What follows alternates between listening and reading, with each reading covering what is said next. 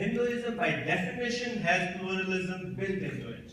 It is Islam and Christianity that had the problem of religion killing each other. Before Islam and Christianity came, there is not even a single war based on religion in Hinduism. So, the problem of Islam and Christianity was they were exclusive. So, the idea of secularism was brought in to solve that, okay, we should keep the state and politics out of religion. Hinduism did not have that problem.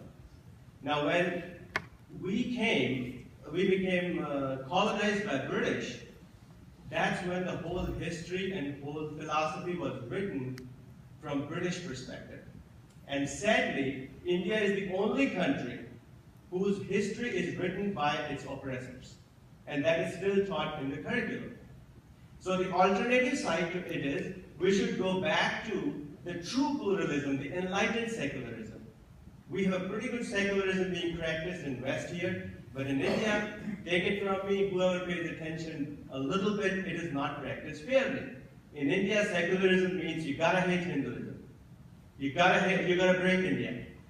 Secularism is not fair. And people say Hinduism is in majority. Hinduism is not an organized religion. It's not a vote bank like 80% of the people. It is blocked in small parts. So it is not an organized religion you would call it majority versus minority. Hinduism is true pluralism. What surprises me is whoever comes from India, who gets a seat here in West, they are always criticizing Hinduism in India. I love Hinduism. I love India. And I'm proud of it. And these voices are never heard here. Now, I don't know about the specific instances that happened in whatever the village, this and that. Now, from my perspective, India fought its first straight-up struggle in 1857. We lost the battle. Then British wiped out intellectually everything of India. Nehru, when we got in 1947 all the freedom, then we were supposed to go back to true pluralism. But Nehru and Congress and all those parties, we got bad government. Just like this Pakistani gentleman was saying, that they are craving for this good secularism. We got bad government from 1947 until now. So this is the first time a people who's proud Hindu and who cares about India, who's hoping, hopefully, the new government, hopefully. I hate all politicians, by the way, because I think they are in for themselves. They are not for the broader good of the government. I'm not a politician, I'm a regular private guy. But I hope this is so the British, they wanted to rule forever. Now, we carried the bad stuff. Nehru carried all the bad stuff of British policies until today. So in that sense, it was, we were maintaining all the bad part. I'm finishing it. I know I've been taking long. I'm not a public speaker, so excuse me. So we continued the bad stuff until today. So now this is the time to probably, I'm hoping, the true Hinduism, which is supposed to be enlightened secularism, hopefully this new government takes care. Now I don't know Mr. Vajpeyi's personal side, what party he's associated to, looking at his age, looking the time frame he grew up, obviously he's in power and stuff. So I'm assuming he grew up on the other side of the tent. So, and he's presenting his side of the story. I have presented my side of the story. That's it. So people should hear both sides. And if it is Shastra, he had mentioned 10 points, which I could argue point by point. But that's not the forum here. We could do Shastra. And I'm a young guy. Obviously, you're more experienced, better words, this and that. I just want to present the other side of the story. And want to let know you that hopefully, just this elderly gentleman was saying that you should bring both sides of the people so that we can present and let the listeners, audience figure out what is right, what is wrong. And I can take point by point. This was the overview of the thing. Sure. Okay, I'll just make a couple of brief comments. Since people have declared their religion, or carry the religion on their sleeve, I would like to ask what it means to be a Hindu before the Muslims and the Christians and whoever else got there. If you were a lower caste Hindu, or was that an invention that came from the outside? Whether Manusmriti was also transplanted from elsewhere, whether these divisions in Indian society came were from some alien race or alien people that came, and whether we were all living in peace and amity before the British and the Christians and the Muslims got there. That's one question. But I guess the main question that I'd like to ask you is, what do you think the long game is? The writing is on the wall in terms of saffronization. One sees what's happening, not only in academic institutions and cultural institutions, but also the violence and the attacks, not only on religious minorities, but also on lower caste minorities. One sees the corporate interests in various parts of India that seem to be, well, they're not saying anything insignificant, despite the fact they supported this political party when it came to, at the time of the election. So I'm wondering, what's your reading of the situation in terms of long term? Well, you'd like to Maybe, address both of yeah, them? Yes. sure. Okay, go ahead. Yeah, go. No, I'll take. Mr. Vajpeyi, it was great listening to you. Okay, I'm very proud of you for returning the award. Okay, I have a couple of questions. Number one, you got the award from a government, okay, which absolutely sent the army into the Gurudwara, the Golden Temple, and massacred Sikh. Okay, and after that, the thousands of Sikhs were massacred all around the world, India. Okay, and you are glad to get the award from them. You are okay with that? Is there any reason Sikh life was less for you than this? Number one. And my other part of the question is, in 2013, the Muzaffarpur riot was happening in UP, down the nose of Delhi. Same state government was there, Samajwadi Party, and the same government that gave you the award was there in the center. But hundreds of Muslim brothers and Hindu brothers and sisters were killed. That time you were glad sitting in the AC room, not returning the award. How come you got so emotional at this time? And why you were emotionless then is my question, sir. Thank you.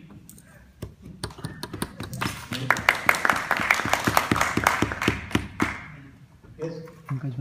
I just came back because the other side came, and it's not an argument, but I just want to send this message out to the other side, being a Pakistani Muslim.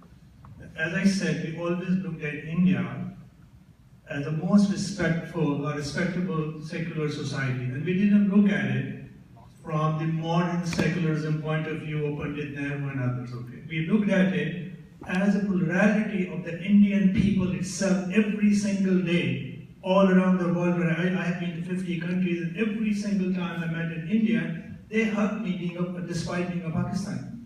They did it because they were Hindu. They did it because they had the pluralism in their blood.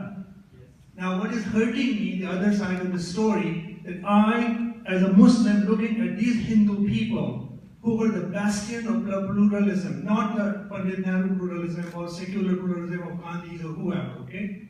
You are hurting us so badly by bringing this thing up that we in Hindus are very plural. And what we are being told when I'm conveying this sadness on Facebook pages and everywhere where I could write, and I write, the answer is coming back, it's because you Pakistanis and Muslims screwed ourselves up because you did so many things bad to us because you were here.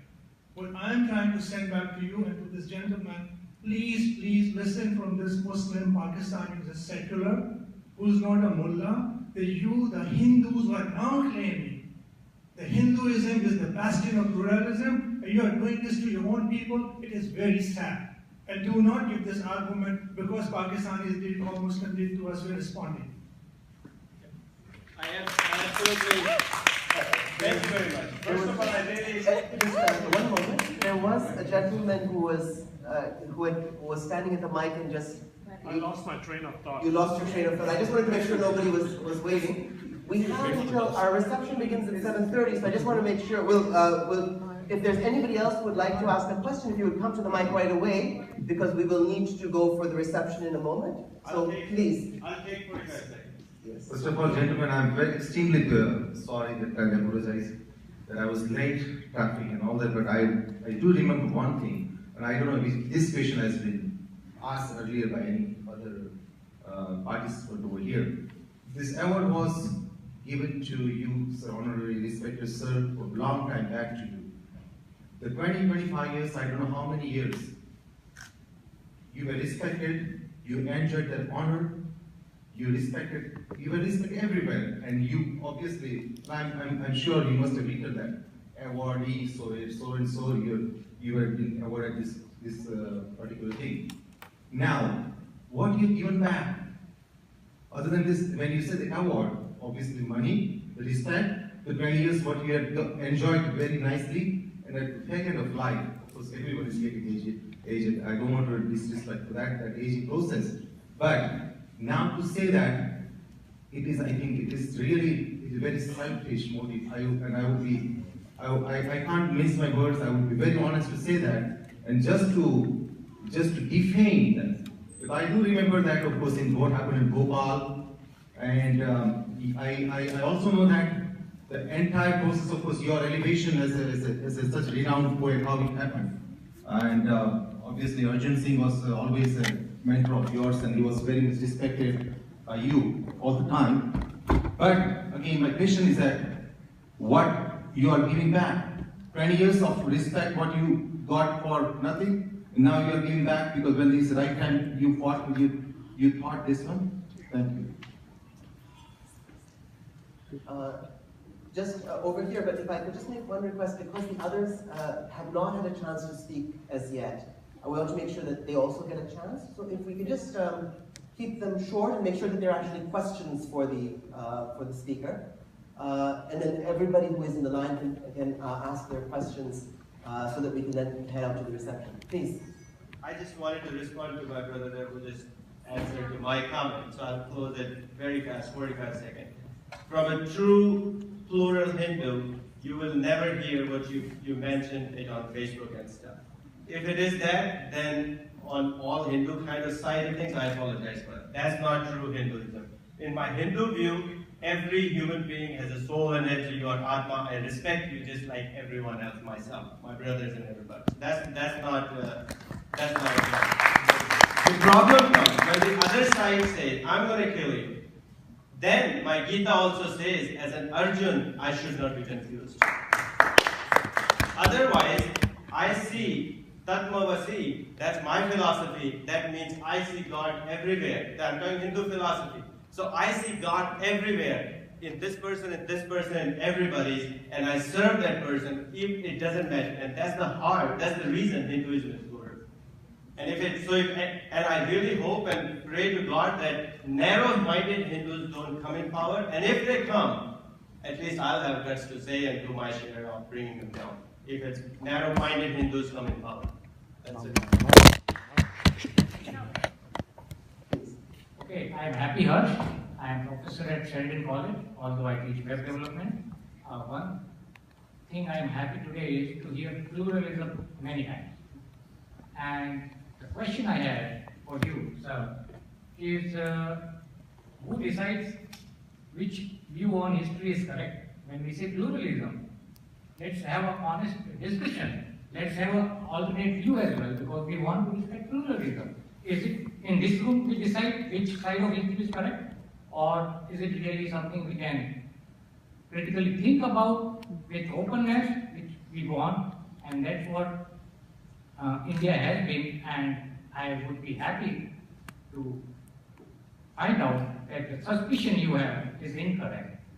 India, you mentioned, has survived, and I'm sure it will survive with the same pluralism, because there is no harm in trying to look at the other side or other view on history we have. And that would actually be benefiting not only India, but the whole global world. Because that is what true pluralism is, or that is what Vasudhaiva Kutumbakam is. And I am open here, I am proud to be Hindu, and I welcome each and every religion here, and I will give you hug right now, right here. Okay, again, my response is directed to gentleman, I don't know his name. He was saying something about Manusmriti. Manusmriti is a very revered text, and there could be various translations which people could make use of to further their own personal goals and stuff. So people can be back. I believe every religion probably preaches peace like Hinduism does. It's based on the fact Sarva Dharma Sambhav, which means everybody